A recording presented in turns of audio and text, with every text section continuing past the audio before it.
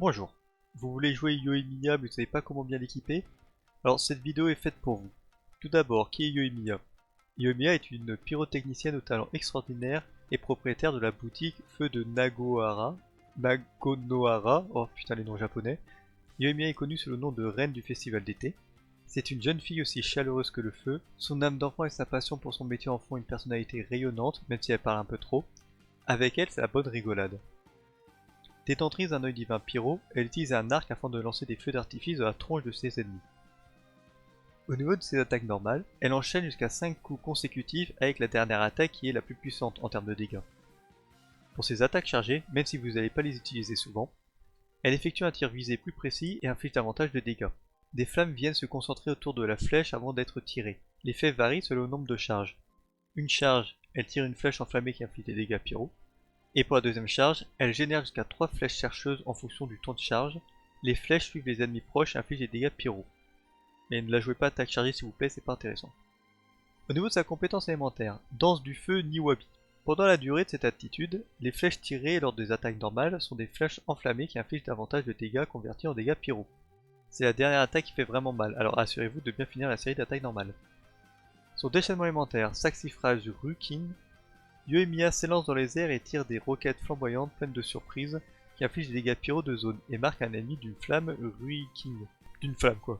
Ce qui a pour effet de générer une explosion infligeant des dégâts pyro de zone lorsque les personnages de l'équipe frappent l'ennemi en question. Au niveau de ses passifs, son premier passif, tour de passe-passe, tant que la compétence élémentaire est activée, les attaques normales de Yoimiya augmentent son bonus de dégâts pyro de 2%. Cet effet dure 3 secondes et peut être cumulé 10 fois au maximum. Son deuxième passif, Aube du nu d'été, lorsque Yoimiya libère un déchaînement élémentaire, l'attaque de tous les autres personnages de l'équipe, hormis elle-même, augmente pendant 15 secondes. Pour les constellations, j'imagine que vous n'avez pas des grosses baleines, donc on va passer cet aspect du personnage, hein. À moins que vous aviez un SMIC à mettre dans le jeu, mais sinon... Pour ses équipements, au niveau de ses armes, pour les armes 5 étoiles, nous avons la pulsation du tonnerre. C'est de loin l'arme la plus optimisée pour Yoimiya. Le dégât critique équilibre le taux critique de son élévation. Elle offre une excellente attaque de base ainsi que des dégâts d'attaque normale confortables. Le simulacre d'eau. L'arc offre à Yoimiya un apport très élevé en dégâts critiques qui permet d'équilibrer les stats de son ascension en taux critique, un peu comme la pulsation. Un arc très intéressant tant que Yoimiya déclenche le passif, c'est-à-dire en restant près de ses ennemis, ce qui est parfois difficile ou n'est pas dans son intérêt. L'étoile polaire, en plus d'apporter un très haut taux critique et une bonne attaque de base, cet arc apporte un petit bonus de dégâts sur les sorts et un très haut buff d'attaque en passif. L'aile de la voûte d'azur.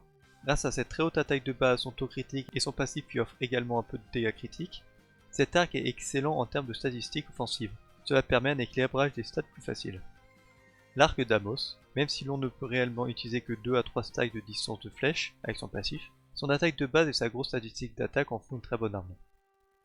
La voix du chasseur, cette arme ne sera pas votre priorité, elle possède des statistiques en taux critique complètement débiles ce qui justifie entièrement ce choix. Le bonus en dégâts élémentaires est très apprécié mais le passif pour les attaques chargées ne sera pas utilisé. Pour les armes 4 étoiles, nous avons l'arc rouillé. Cette arc offre un énorme buff de dégâts d'attaque normale, ce dont Yoimiya bénéficie grandement car c'est la source principale de ses dégâts. Il offre également une très grande attaque. Si l'arme est en raffinement 5, elle peut être meilleure que les 5 étoiles citées précédemment. L'arc de guerre de Roche Noire, la stat de dégâts critiques et l'excellente attaque de base de cette arme en fait un choix excellent. Le passif qui donne beaucoup d'attaque peut être tout aussi bon si vous arrivez à le conserver. Au niveau de cette arme free-to-play, elle en possède pas mal. Nous avons le lance-pierre. Elle offre un montant colossal de statistiques pour une 3 étoiles et peut même surpasser l'arc d'Amos si vous activez son passif. Cela nécessite de rester assez proche des cibles, donc un bouclier sera également recommandé. De plus, elle est facilement raffinable puisque c'est une arme 3 étoiles. L'arc d'exorcisme. Le passif ne peut cependant pas être activé assez souvent, étant donné que ses rotations les plus optimisées lui demandent d'utiliser son déchaînement pour engager le combat. Et nous avons le valet du roi, l'arme de Sumeru qui est forgeable. L'arme peut être intéressante pour l'attaque qu'elle offre et le passif qui donne de la maîtrise élémentaire, qui est important en team surcharge. Au niveau des artefacts à lui mettre, nous avons le set Sorcière des Flammes. Étant donné que Yoimiya déclenche des évaporations, ce set est réellement très intéressant car il augmente les dégâts de ces derniers. De plus, dans une composition d'équipe basée sur la réaction de surcharge, il augmente également les dégâts de la réaction que Yoimiya déclenche. Le set Réminiscence Nostalgique. Dans une team avec Yoimiya, il n'y a pas d'allié important à buff avec son déchaînement, généralement c'est elle qui carry. Il est possible de ne pas utiliser son déchaînement élémentaire afin d'augmenter radicalement les dégâts de ses attaques normales avec ce set. Le set Écho d'une offrande. A priori la connexion affecte les performances, donc vous emmerdez pas, prenez pas ce set, il existe, si vous avez des bonnes pièces dessus parce que vous avez fermé pour un Ayato par exemple, vous pourrez utiliser ce set pour Yoimiya, ça ferait très bien l'affaire, à condition d'avoir une bonne connexion, sinon ça applique très mal le passif.